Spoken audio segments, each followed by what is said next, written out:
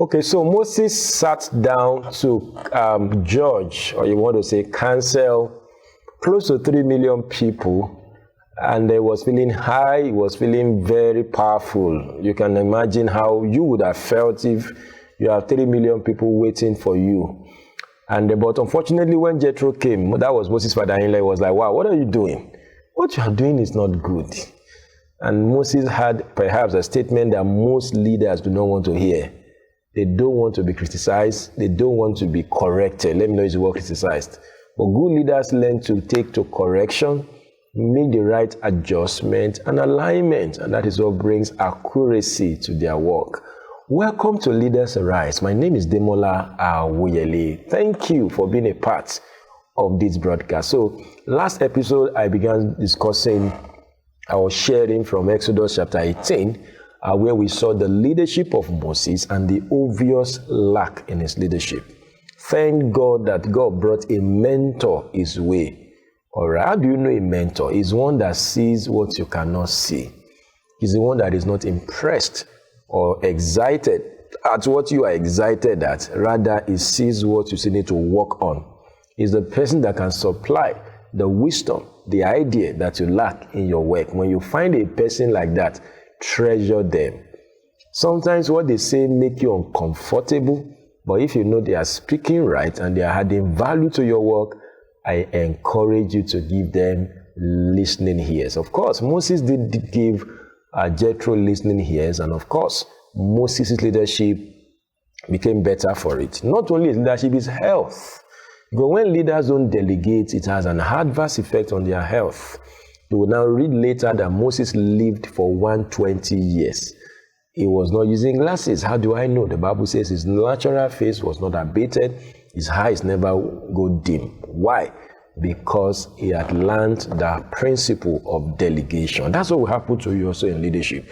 And when I mean leadership, it means whatever it is you do as a mom at home, as a dad at home, as a pastor of a local church, as a head of department of a company or an organization or a campus, or just as a business person or everyday person like some of us are.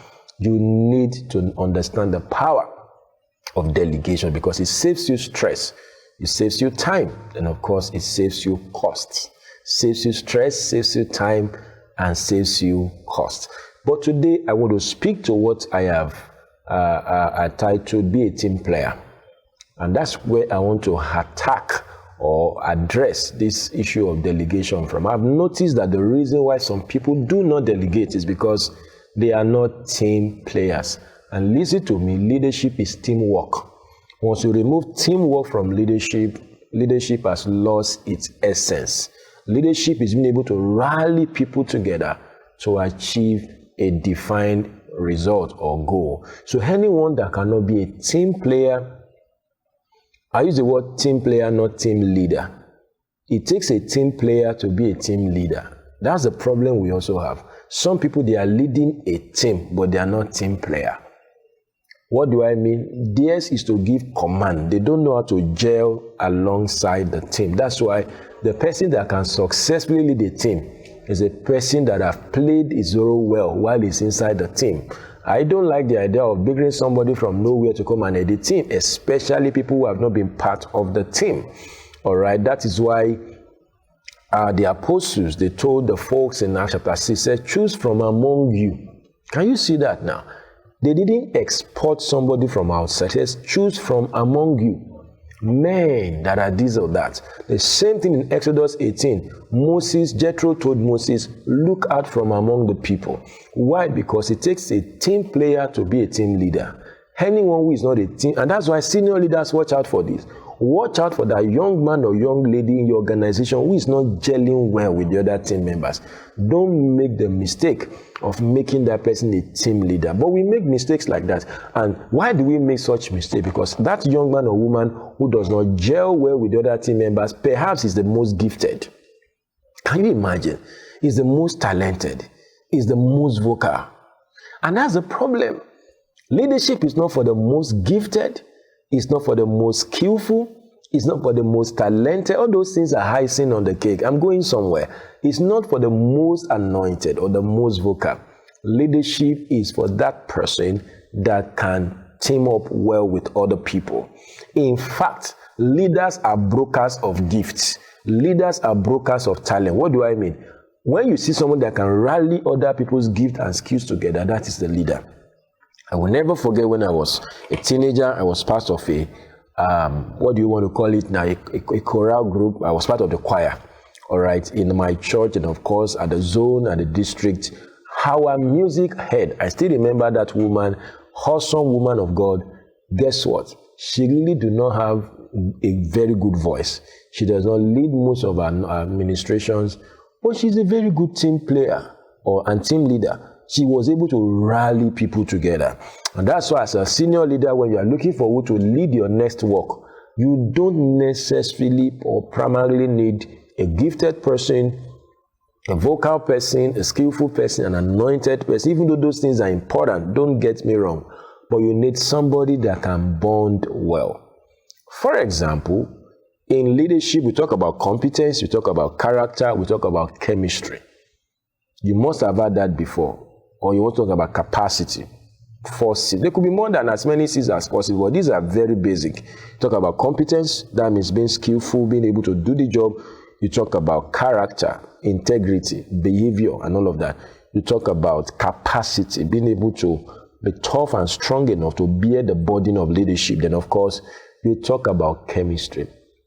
Maybe aside character, the most important of these 4 is chemistry. You'll be shocked to hear that. Let me say that again. Maybe aside character, because character is foundational to whatever it is we do. But you know, if you even ask me, I will put character side by side with chemistry. But if I'm to choose the first out of the 4, I will go for character. It's basic.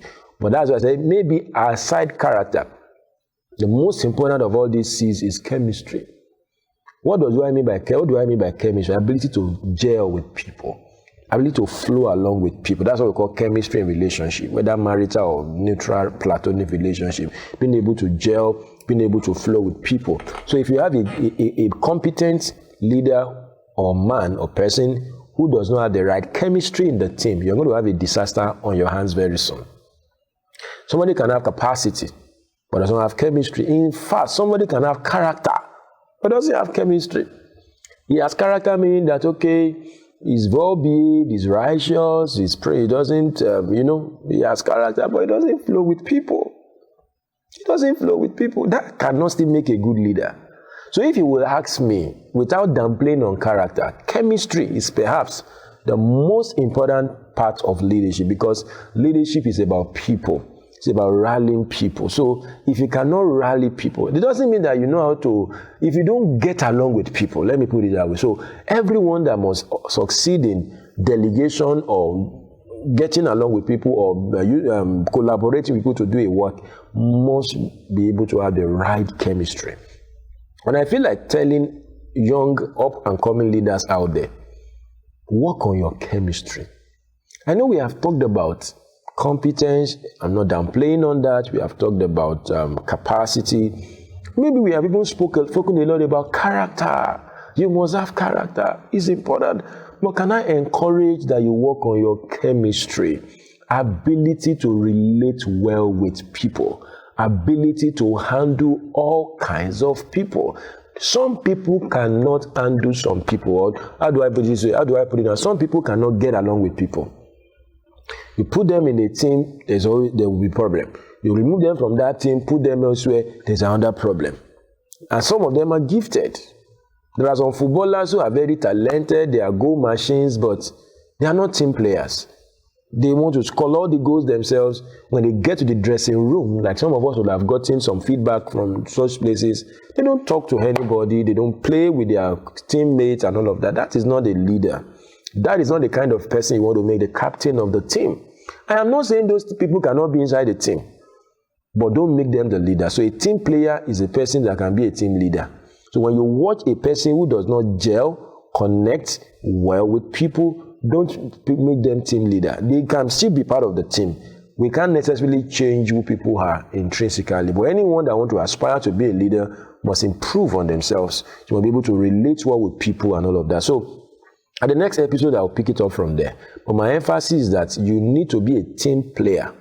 I didn't say team leader. If you will succeed at delegation, I promise you that I'm going to begin from here, God willing and God helping me, all right, at the very next episode. This is Demola Awoyele, and of course, we are on Leaders Arise platform, and I want to say thank you for joining me today. I hope you have learned something. In case you have questions, comments, or feedback, send them to me across our contact details. Like our page if you have not, subscribe to our channel if you have not, then of course, share this video everywhere possible. I look forward to another exciting moment with you at the next episode of Leaders Arise. Go right there, be a team player, be a team leader, then of course, be the great leader you have been ordained to become.